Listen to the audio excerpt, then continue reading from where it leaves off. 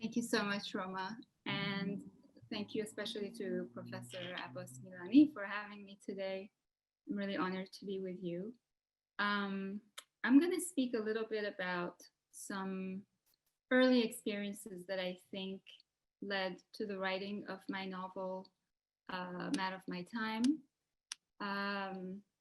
And I'll speak then about the book itself a little bit, about some of the central themes as I see them at least. And I'll read a couple of short passages from it.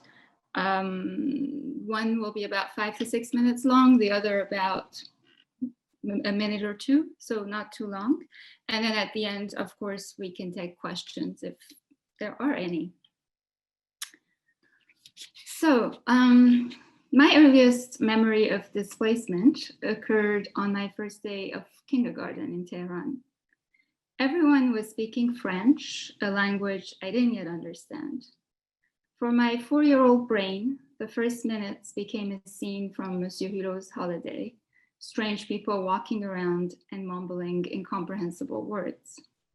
My teacher, a sweet, blonde, leggy woman wearing a pair of 1970s shaggy fur boots that seemed to me like puppies attached to her feet, carried the entire day in French, to the delight, no doubt, of the diplomat's kids who must have believed that they had never left home, and the bafflement of the rest of us who could not help but wonder if we weren't a little bit stupid.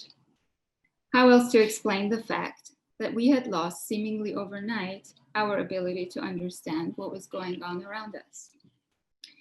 I say we out of speculation because I have no idea if my fellow classmates felt as I did. I felt too stupid to ask them.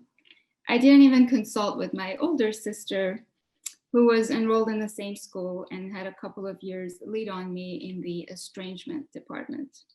This was, I should add, an estrangement for which my family, as so many others, had willfully signed up, a decision resulting from a belief among some that the West, France especially, was a source of cultural enlightenment. In part a legacy of the Qajar kings and the rapport with Europe, and of Reza Shah's later efforts to modernize Iranian education and society, this belief was also, among Jews especially, a byproduct of the influence of the Alliance Israélite Universelle, founded in the 19th century by the Jews of France, among them actually Adolphe Crémieux, who was a great uncle of Marcel Proust. This organization's goal was to uplift through education, especially the condition of Middle Eastern Jews, including the Jews of Tehran, who at that time were largely relegated to the ghetto, or the Mahalleh as it was known. The first Alliance school opened in Tehran in 1898, offering Jewish children and eventually children of all religions a formal European education. But historical explanations aside, I had a problem on my hands. I understood nothing.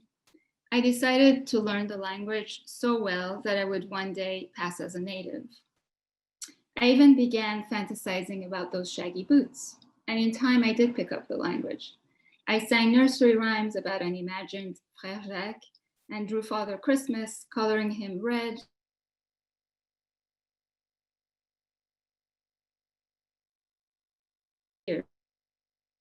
bring this home to my mother, who had herself been bred in a Tehran Catholic school named Jeanne d'Arc, founded by the French Catholic Daughters of Charity of Saint Vincent de Paul, and had grown up singing hymns to the Virgin Mary in the school choir.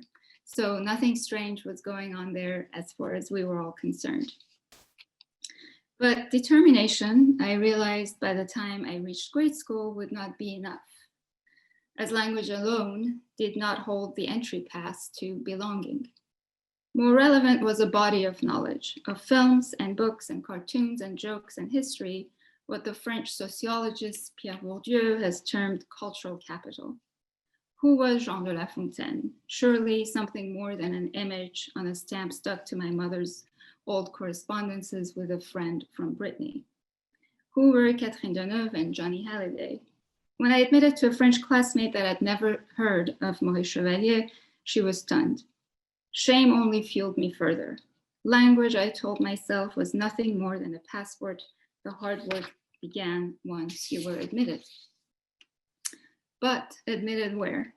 Belonging is a placeless place, something akin to a mirror. In it, you see a reflection that is in fact nothing more than an optical illusion. Belonging is a destination to which one cannot fully arrive. Complicating the situation was that alongside this French reality were several others. The reality of my Iranian self in Tehran, the reality of my father's origins in Baghdad, exhibited through Egyptian magazines with names like Al-Wasat and Al-Watan that arrived for him weekly in the mail, his anecdotes of a boyhood along the Tigris, and the story of his escape from Baghdad during the Farhud, a two-day uprising against Jews in the summer of 41. And finally, the reality of our Jewish religion, of which I was reminded during holidays that set us apart from our Muslim friends and neighbors, but passed quickly and without much fuss. While I learned to navigate this archipelago, jumping from one context to another, I always docked home in Tehran. If all of my other realities were made up of abstractions, memorized concepts, learned manners, and genealogical inheritances, Tehran was made up of bricks and stone, a physical place that contained, among other things, my language, my history, my memory, and a white villa on Van Eyck Square, a space that my parents, my brothers, my sister, and I called home. What disrupted that home is a well-known story. A revolution, family separations, imprisonment, transit through strange countries, immersion in the shapes of foreign cities, the slipping in and out of multiple languages. An entire generation has lived versions of this story. For me, if life prior to this disruption was already dissonant, the loss of a physical home that continued not only my history, but also the shape of my future only added to my sense of incongruity. This incongruity was not simply internal. It was also reflected in a legal status that would become increasingly ambiguous. Since my parents' passports had been confiscated by the authorities in Iran, my father, in 1982, in a final attempt to have us escape the country, had sat one night at the dining room table with my passport, removed my photograph, and using lemon juice and cotton balls had erased my name and all corresponding identifying information from the document. Then, in a practice script designed to resemble the existing handwriting on the page, he had written all our names with a meticulous list of a medieval scribe and turned the passport into a family document. An accompanying group photo had sealed the forgery. As I watched myself being erased and written back in, I remember feeling not only awe at my father's ingenuity, but also a certain anxiety that I could not yet name, a feeling of slipping into a negative space.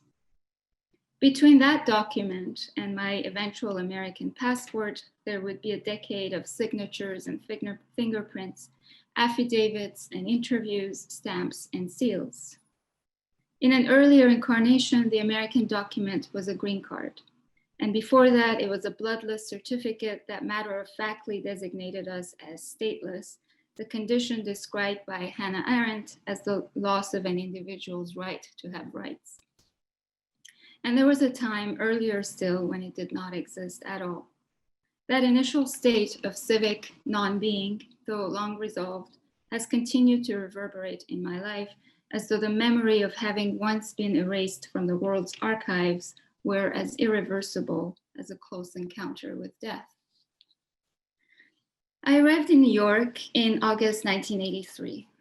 I spent my initial weeks considering my new life, attempting to shape it into hasty forms that just as quickly came undone, subsisting in a kind of desperate euphoria, one that, as I would discover decades later, sometimes precedes the onset of prolonged grief. As my parents began looking for an apartment and sent out for French private school brochures for me and my sister, the two of us did not yet speak a word of English, and it was decided that it would be best for us to continue our French education. I pictured myself in various school uniforms and apartments and neighborhoods in combinations as mystifying and dizzying as a Rubik's Cube. In the ensuing months, after we moved into a new apartment and gradually settled in, taking weekend family trips to Macy's to buy sofas and lamps and beds and teacups, I became decidedly apolitical. Having already witnessed a revolution and the beginning of a bloody war between Iran and Iraq, I thought I had experienced all the politics I would ever need. Enrolled at the Lycée Français, I lost myself in tales of the French Revolution and the texts of Molière and Victor Hugo, whose politics I thought then were within a safe distance in time and place. With my shoddy English, the most I grasped from the evening news was Ronald Reagan wagging his finger from the television screen at someone or something, possibly us. Unlike any leader I had known in my own country or those from neighboring nations, the Shah, Khomeini, Saddam Hussein, Anwar Sadat, Menachem Begin, all of whom had creases of torment on their faces, the American president seemed by contrast to be a man with an impervious, robust health. This sturdiness unsettled me, though I had no idea why. I only knew that it stood at odds with the howls I sometimes heard coming from my parents' bedroom during the night, the familiar sound of my father having yet another bottomless nightmare, the kind I would inherit from him decades later.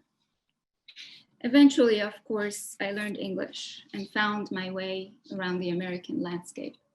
But I did so by continuing to live in two tenses, the present, what is, and the conditional, what could have been. These then are the incongruities with which I arrived to writing. In my first novel, The Septembers of Shiraz, which recounts the story of a man wrongly imprisoned in the immediate aftermath of the revolution, I was driven by a desire to make some sense of the mess of memory. And this novel was largely influenced by some personal experience, my family's personal experiences. I believe that the act of writing, like memory itself, could help to fill the crack in the interrupted life that's spaced between present and past. In writing the novel, I not only excavated my own fragmented memory, I also turned to my father's memory, historical documents, accounts of imprisonment, and photographic books of pre- and post-revolutionary Iran. The novel, once completed, initially brought me a certain level of calm. But after its publication, I realized that my attempt to connect fragments and assign to them a meaning had done little more than further dissolve the whole. I also felt, as many writers no doubt do, that by writing of loss, grief, and disintegration in a novel that had inevitably become one more commodity in the American consumerist marketplace, I had betrayed grief, my own and others, peddling it for recognition and awards. As I began a second novel, I could not help feeling that for every narrative, there was a counter narrative. For every context, there was a parallel, equally valid context. The narrative itself was an attempt by individuals, families, tribes, and nations to assign meaning to themselves where no meaning exists. My own discordant past confirmed this, for didn't I regularly jump from one context to another, from one identity to another, shifting my point of view along the way? Needless to say that this state of mind did little to advance my novel. I wrote compulsively, but the narrative and infinity mirror grew horizontally, rooms endlessly opening onto new rooms. When a friend asked how the book was going, I said, I have too much and not enough, by which I meant that I was trying to contain the world in one book, but this world had no center. It was then that I realized that maybe I too had been emptied of my center. I found myself during this time increasingly drawn back to Iran. I told myself that if I could not return physically, I could at least do so culturally. I had always been a film junkie, and my consumption of Iranian films only increased. I also played Tehran radio on my phone almost daily, listening to Iranian news or game shows while getting ready in the morning, living a bizarre double life as I imagined the reported traffic on Hamad Expressway or Chamran Highway, places that I had not seen in decades, but that seemed to me to be just outside my door. I continued my lifelong consumption of political dramas, films like Costa Gavras' Z,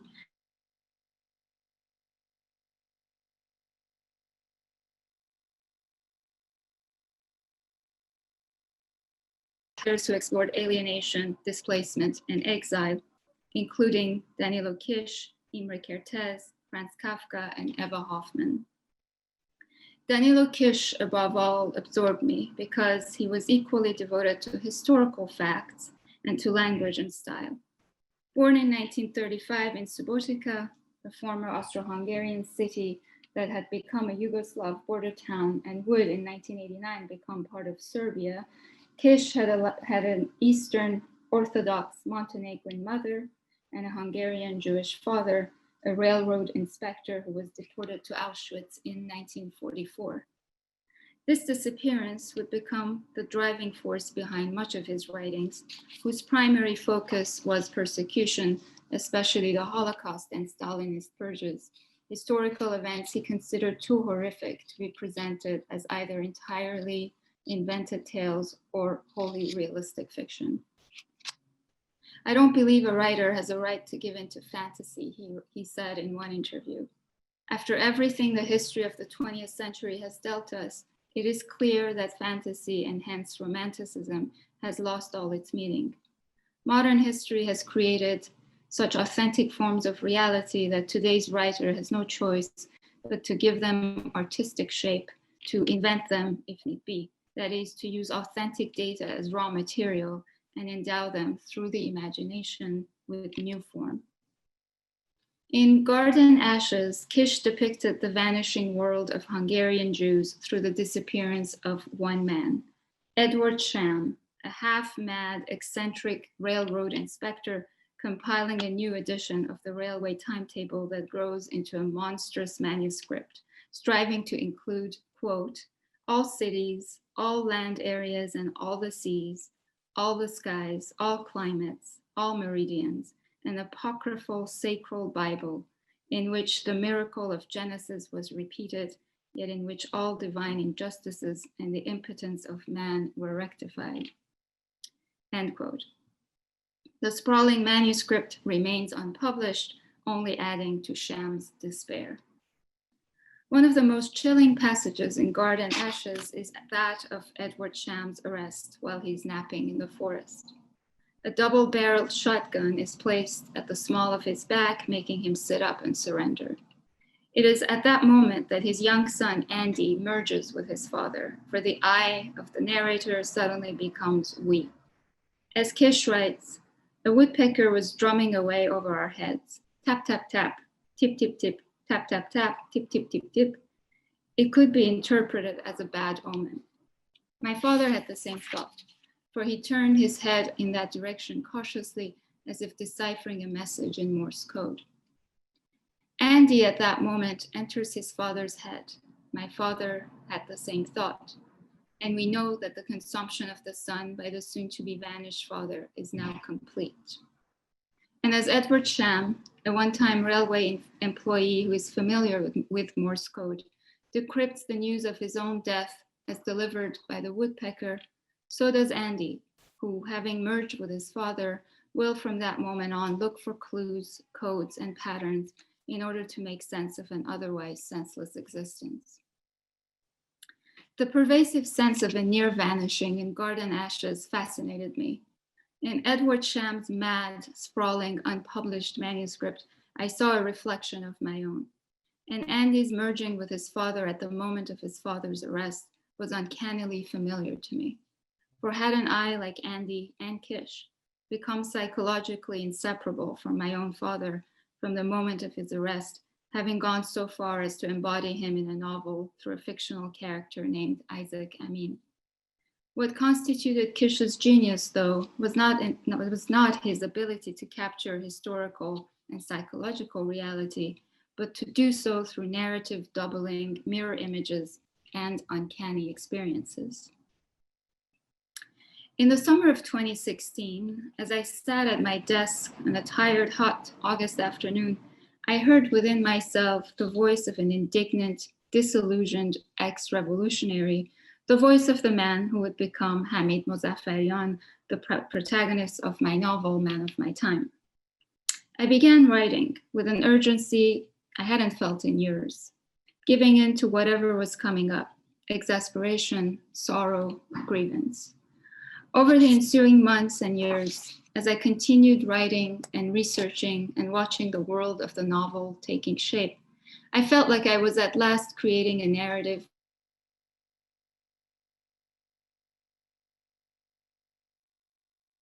experiences, a narrative conflict, not only among disparate groups and individuals, but also within one single man, is at the very center.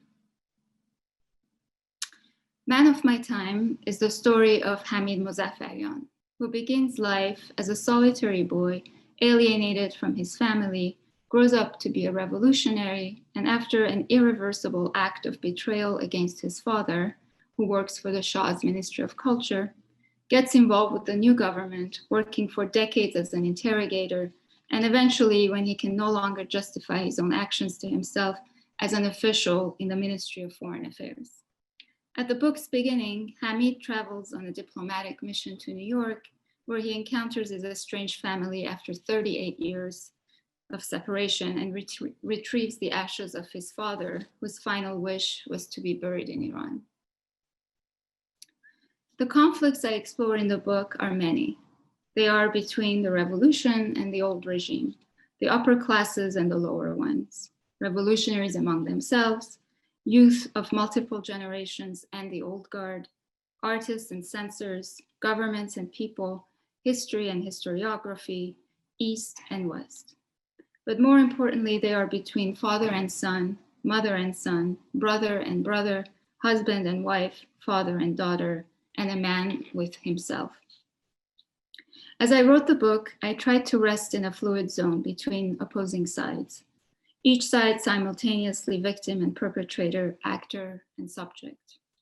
This isn't to say that I believe there are no just behaviors or unjust actions. Rather, it makes the argument that humans are incapable of being entirely one or the other. A perpetrator can be a victim of history and of his own unbridled emotions. A victim can be a perpetrator toward other victims or even toward himself. Likewise, each character's actions have a ripple effect on his own life and on the lives of others, also on his own future and the futures of others. Finally, the actions of others create the world that envelops each character. Among the central conflicts in the book is the one between Hamid and his father, Sadeh.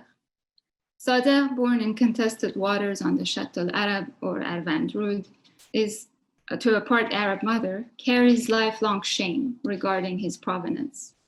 A pro-Mossadegh youth who studied art history in the 1950s, he gradually compromises his ideals, taking a job in the Shah's Ministry of Culture and betraying a university friend named Hushang Habibi, also known as H, who became a subversive cartoonist. The magnum opus of Sadegh's life is a comprehensive encyclopedia of Persian art, which he compiles obsessively over several decades. Keenly aware of chaos, yet perennially trying to contain it, Sadegh Mozaffarian is a man eager to create order in a world that's constantly threatening to topple. Hamid, timid and hesitant as a boy, is too undisciplined a son for a man like Sadegh, and the two constantly clash. And yet, they are also one another's keepers, each silently mirroring the other. When young Hamid, already an insomniac, sits in the kitchen in the middle of the night and colors a drawing, he is accompanied by his father, who sits with him and reads until sleep overtakes them both and they each retreat to their bedrooms, taking comfort in each other's unspoken vigilance. And throughout the years, the two continue reaching for each other despite a persistent hostility that eventually draws an irreversible wedge between them. In adulthood, Hamid's path begins to mirror that of his estranged father, as he too relinquishes the idealism of his youth and slowly becomes the system. After his family's departure, Hamid begins to occupy his father's seat at the kitchen table, carries his father's monogrammed cigarette lighter, and for decades compulsively wears his father's old shearling coat. As he keeps repeating to himself, باز گردد به اصل خود هر چیز, everything goes back to its origin. The question of origins, too, is at the heart of this novel. Sadegh, the father, is obsessed with the origin of objects, of stories, of history, even though he is aware that there is no absolute knowable origin to anything, and that new discoveries will always overwrite the old. His encyclopedia is one attempt to get at the origin of things.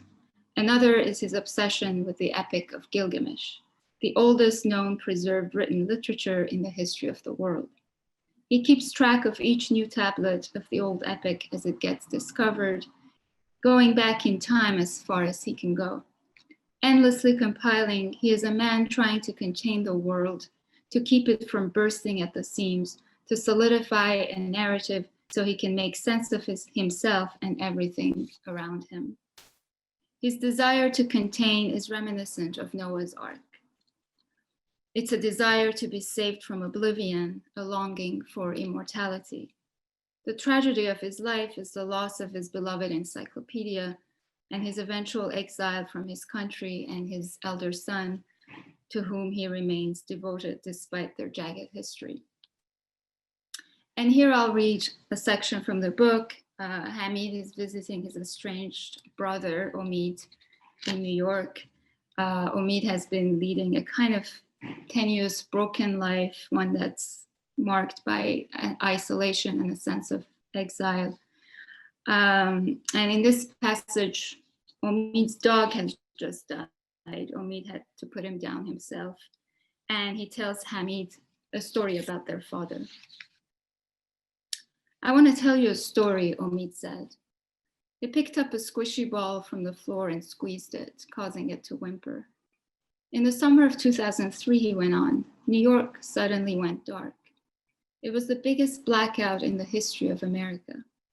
Baba and I were at the Metropolitan Museum for an exhibit on the art of the third millennium BCE.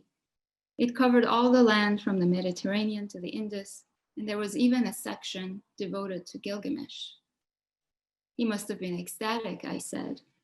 He was. For months he had wanted to see it, but his heart troubles had already begun, and we had spent the summer in emergency rooms and doctors' offices. This was our last chance, as the show was to close just days later. So there we were at last, among the lion-headed birds and the lapis lazuli eyes and cuneiform clay tablets. When the hall went dark, we were standing before a statuette from Eastern Iran. They had named him Standing Male with a Scarred Face. His black body was covered in scales, and a deep gash sliced the right side of his face. One eye was hollow, the other was encrusted with a white substance, which the caption said was calcium carbonate, that once upon a time might have been a shell.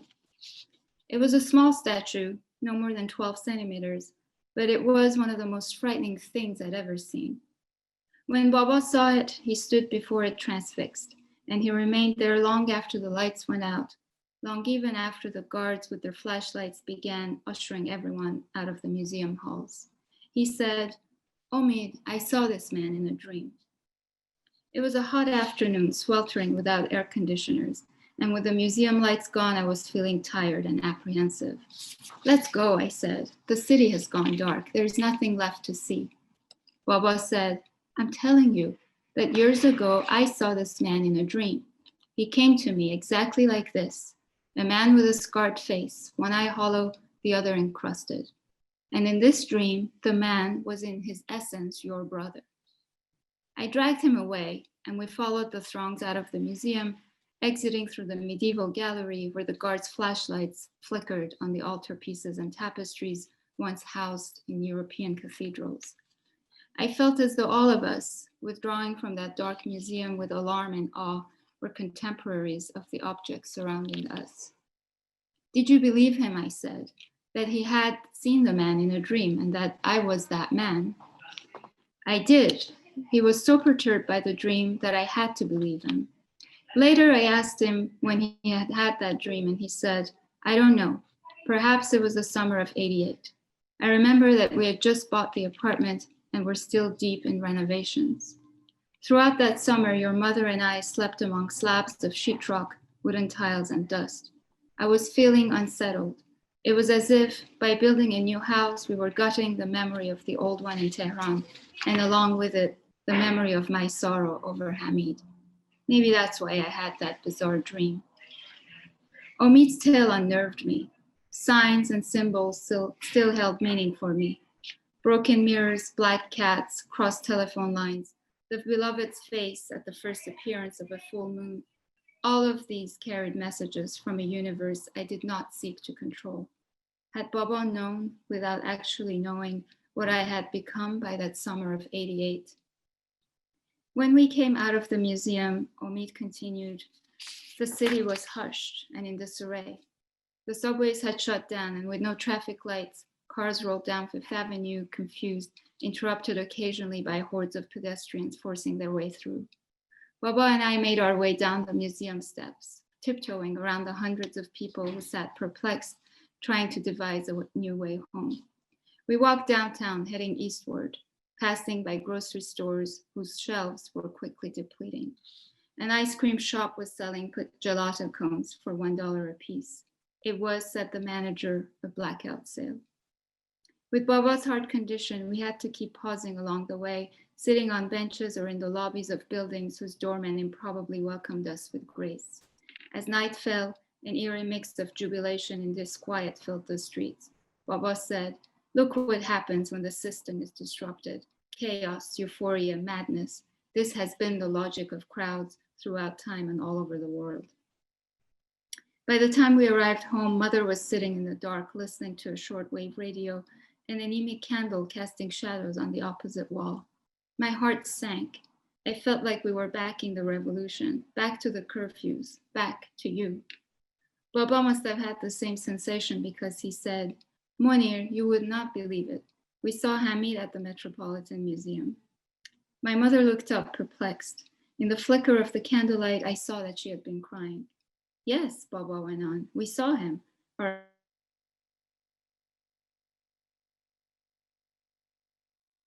As he removed his shoes and stretched on the sofa, Mother searched my face, bewildered.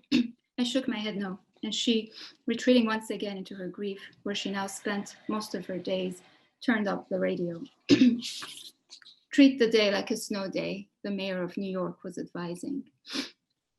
Your story frightened me, I said. What I'm trying to tell you, Omid said, is that he never stopped looking for you. He looked for you until the end, among the living and the dead. I ran my hand over his beat-up sofa, dog fur stuck to my palm. Omid, I said, how do you put down a dog? The same way you put down a man, he said. You hold him down and inject him with poison. The vet kept assuring me that it was the right thing to do, that the disease was killing my dog, not me, but I felt like a murderer nonetheless. The vet was right, I said. The dog was already dying. No matter how you reason, he said, witnessing a killing leaves you filthy. Yes, I said. He looked at my face intently, his eyes searching for the brother he had once known. Another central conflict in the novel is between Hamid and the people he interrogates. But I chose not to include any actual passages of interrogation in the book, as I felt that I didn't wish to feed the world's endless appetite for scenes of violence involving the Islamic Republic. As with poverty porn, narratives of a violent Iran are a money-making machine. At the same time, I did not want to suggest that violence does not exist. My solution was to imply violence through allusion only, depicting two interrogation scenes that hint at boredom and absurdity rather than horror, and one kind of non-interrogation scene between Hamid and H, his father's old cartoonist friend. The scene is a kind of confession by Hamid, whereby he writes that he could speak of his actions but won't. And here I'll read that second excerpt, and it's a short one. The confession, its supremacy in the fate of the accused, clarifies the meaning of the interrogation, which we called Mosahebe, interview. The word imbued the proceedings with a sterile, altogether banal sound. But when you understand, as I did that winter, that the confession was the grand prize, the laurel crown of our Pythian games, then you can surmise that the interview was as unsterile as circumstances demanded. The confession was the sole evidence required for a conviction, the proof of proofs, as one of our jurists called it. And who better than the accused to provide the words necessary to marshal his own case to its inevitable conclusion? Confession, confiteri, to acknowledge, from fateri, to speak, i'tiraf, from ta'rif, to recount. I would, if I thought it useful, offer the account of my interview with H.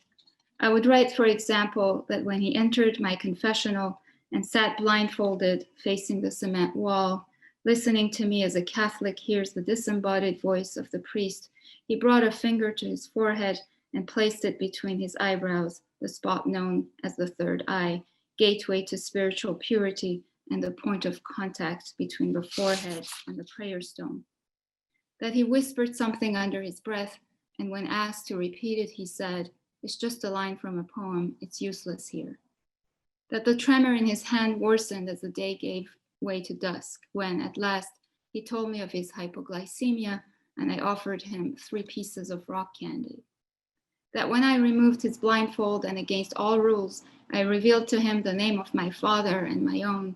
His green eyes narrowed and he said, "Pigeon flies with pigeon, hawk with hawk." I would write too of how I pressed him for names and monikers, dates and hours, opinions and dreams, beliefs and philosophies, crimes and sins, lovers and friends, and of how by day's end he looked at me across the table, between us my glass of tea, and said, "Do with me what you will, but you will see me every time you bring a glass of tea to your mouth, because I will be right there, sitting across from you, a face you will be unable to get rid of. For the rest of your days, Aghay Mozaffarian, you will be having a discourse with me." H's warning to Hamid does in fact haunt him throughout his life, as does the artist's face, his goatee, and his impish smile. Nearly 3 decades later, while sitting in a cafe, Hamid suddenly thinks of a reply to H. "You could say that we are like the Greek symbolon, a single coin broken in half, a witness to an exchange." He realizes at that moment that he and H will forever be linked, that captor and captive will remain key players in one another's biographies. One cannot undo the memory of the other. But most of all, the central conflict in the novel is that between Hamid and his own heart. Though he is an interrogator, Hamid is more essentially a self-interrogator, and the novel is a kind of pilgrimage from ignorance to self-knowledge.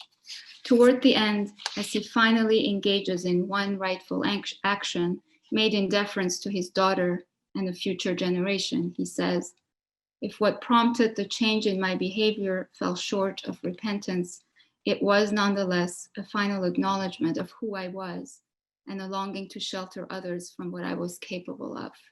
My improvement, if you can call it that, lay not in an actual betterment of my character, but in the absolute acceptance of what the world had made of me and of what I had made of it."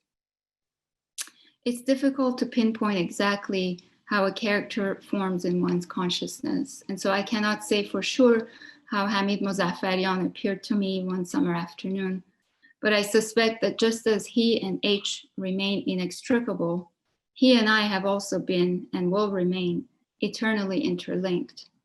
That he's a product of my imagination is a testament to an internal dialogue that I must have been having with myself long before I ever set pen to paper, long even before I knew the meaning of the word incongruity. Thank you.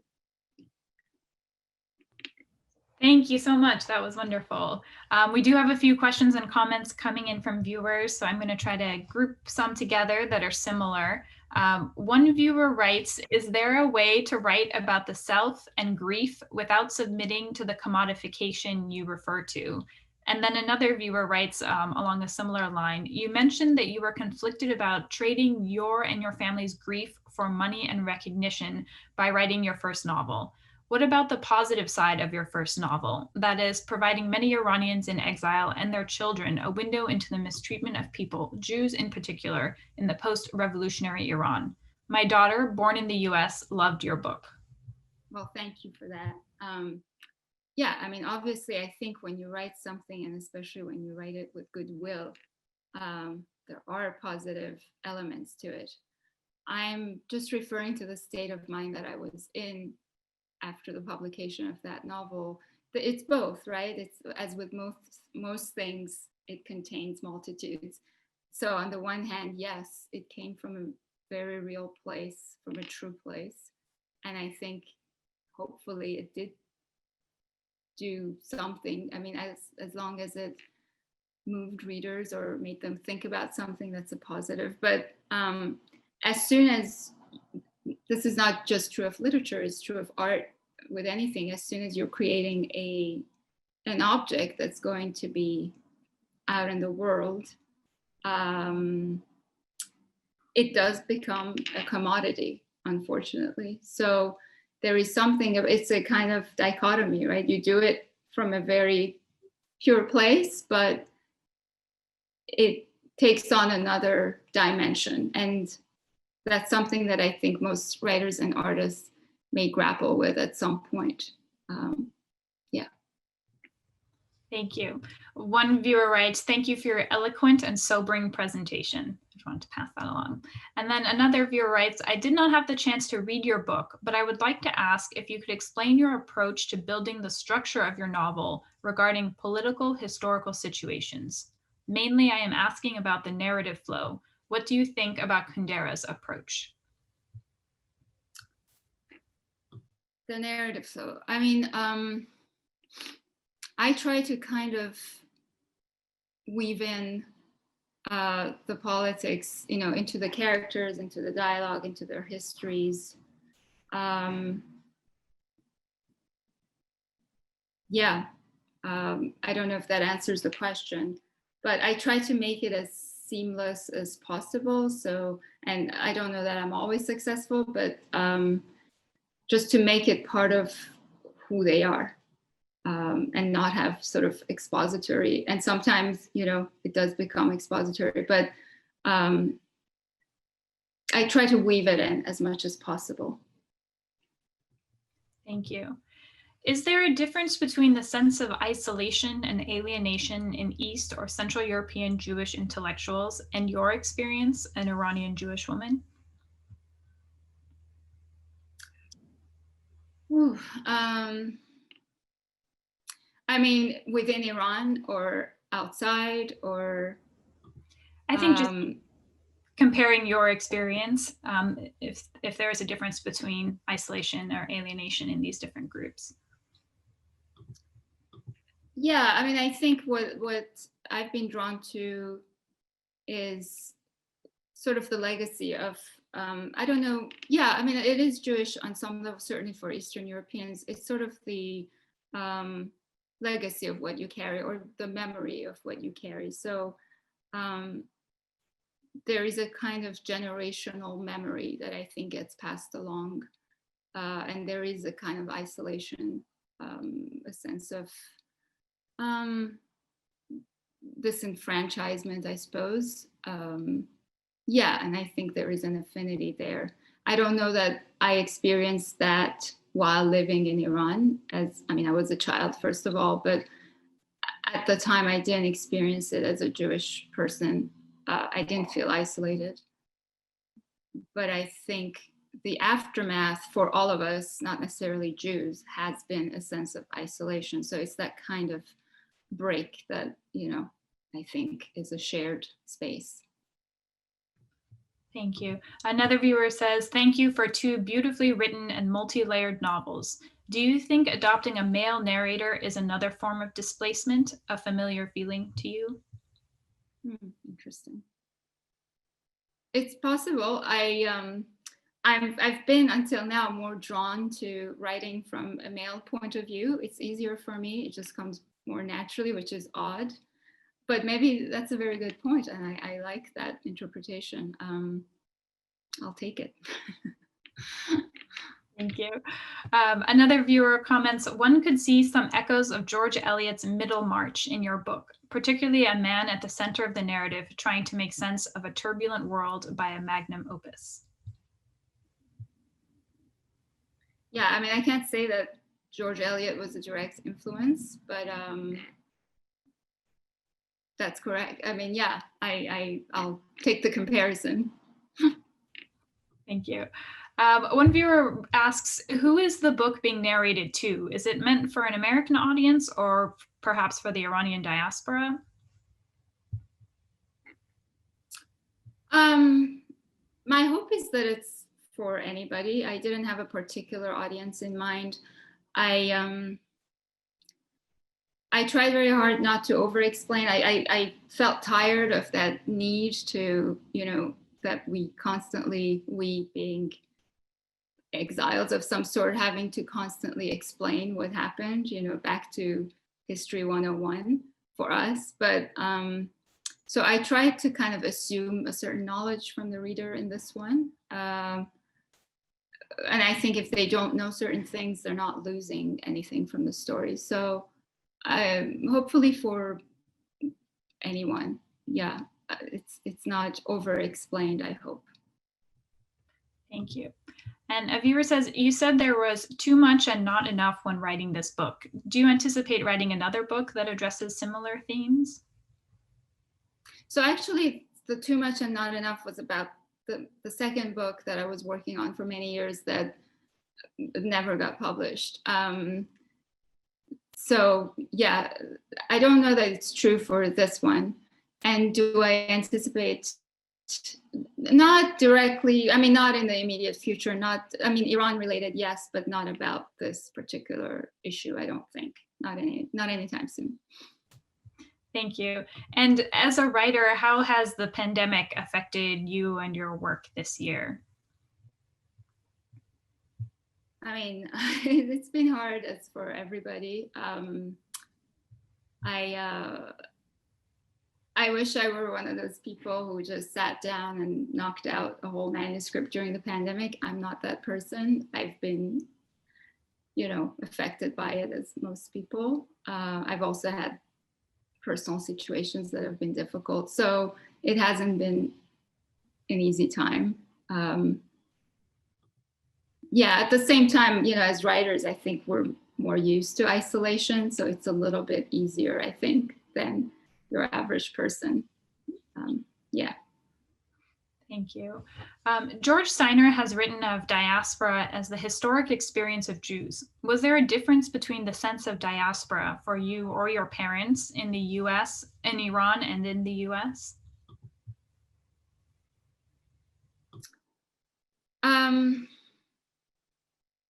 In Iran, again, I didn't feel it. I didn't feel myself as part of a diaspora, maybe because I was a child, but I just, I think also at that time, Jews were, at least certain Jews in Tehran, were much more sort of integrated. So I didn't feel, I felt, or we felt as part of the mainstream. We didn't feel like we're part of the diaspora. Here, I would say, yeah, we're part of many diasporas, the Iranian diaspora, the Jewish diaspora. For me, from my father's side, and a little bit from my mother's, also the Iraqi Jewish, or just Iraqi diaspora. So yeah, there are many cut ties, I suppose, or a sense of wandering, yeah, from the origins. You mentioned you followed Iranian culture. Can you comment on the status of the art and literature scene within Iran? I mean, I won't claim to be an expert on this. I know that it's a thriving, especially in visual art. I know that there's so much going on that's very interesting. In literature too, unfortunately, we don't get a lot of translations.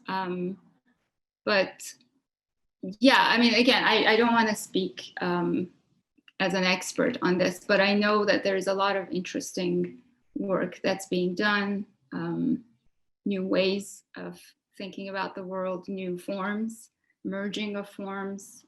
East and West.